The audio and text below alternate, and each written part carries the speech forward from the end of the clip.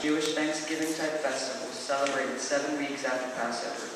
On this particular Pentecost, however, the Holy Spirit is poured out upon the entire community of believers, just as Jesus has promised, and the Scriptures had prophesied. Empowered by the Spirit, the entire community bears witness to God's activity in multiple languages. When the day of Pentecost had come, they were all together in one place, and suddenly from heaven there came a sound like a rush of violent wind, and it filled the entire house where they were sitting.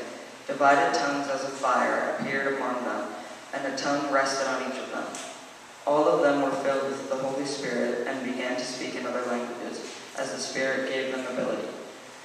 Now there were devout Jews from every nation under heaven living in Jerusalem. And at this sound the crowd gathered and was bewildered, because each one heard them speaking in the native languages of each.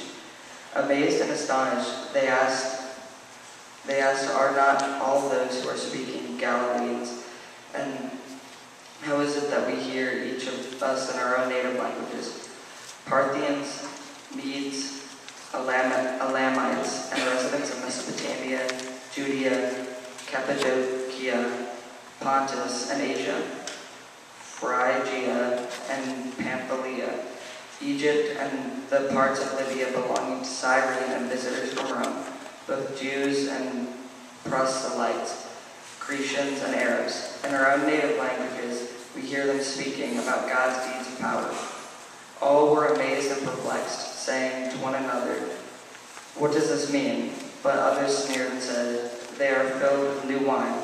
But Peter, standing with the 11, raised his voice and addressed them, "Men of Judea, and all who live in Jerusalem, let this be known to you, and listen to what I say. Indeed, these are not drunk as you suppose, for it is only 9 o'clock in the morning. No, this is what was spoken through the prophet Joel. In the last days it will be, God declares, and I will pour out my Spirit upon all flesh, and your sons and daughters shall prophesy, and your young men shall see visions, and your old men shall dream dreams, even upon my slaves, both men and women. In those days I will pour my Spirit, and shall prophesy, and I will show portents in the heaven above, and signs on the earth below, blood and fire and smoky mist. The sun shall be turned to darkness, and the moon to blood, before the coming of the Lord's great and glorious day. Then everyone who calls on the name of the Lord shall be saved." The word of the Lord. Thanks be to God.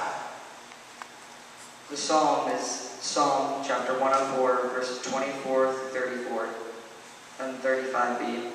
And I ask the congregation to say the dark print, and I will say the light print. How manifold are your works, O Lord! In wisdom you have made them all. The earth is full of your creatures. Yonder is the sea, great and wide, its storms and There go the ships to and fro, and Leviathan, which you made for the sport of it.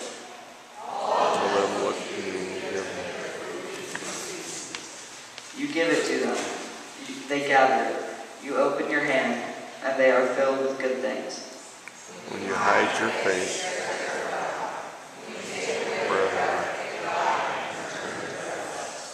you send forth your Spirit, and they are created, and so you renew the face of the earth.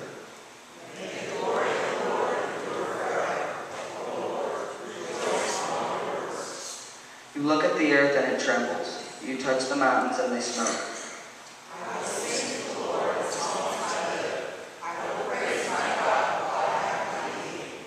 May these words of mine please God. I will rejoice in the Lord.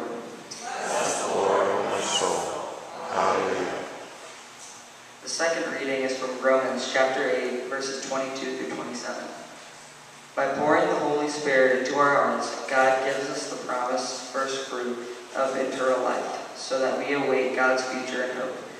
In the meantime, the Spirit also intercedes for us by carrying the prayers of our weak human hearts to God. We know that the whole creation has been groaning in labor pains until now.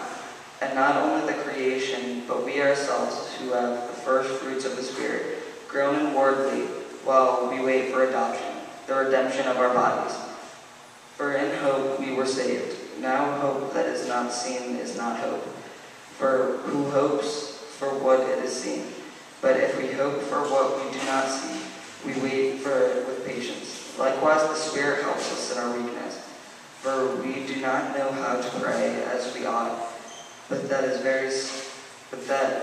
very Spirit intercedes with sighs too deep for words. And God, who searches for the heart, knows what is the mind of the Spirit, because the Spirit intercedes for the saints according to the will of God. The word of the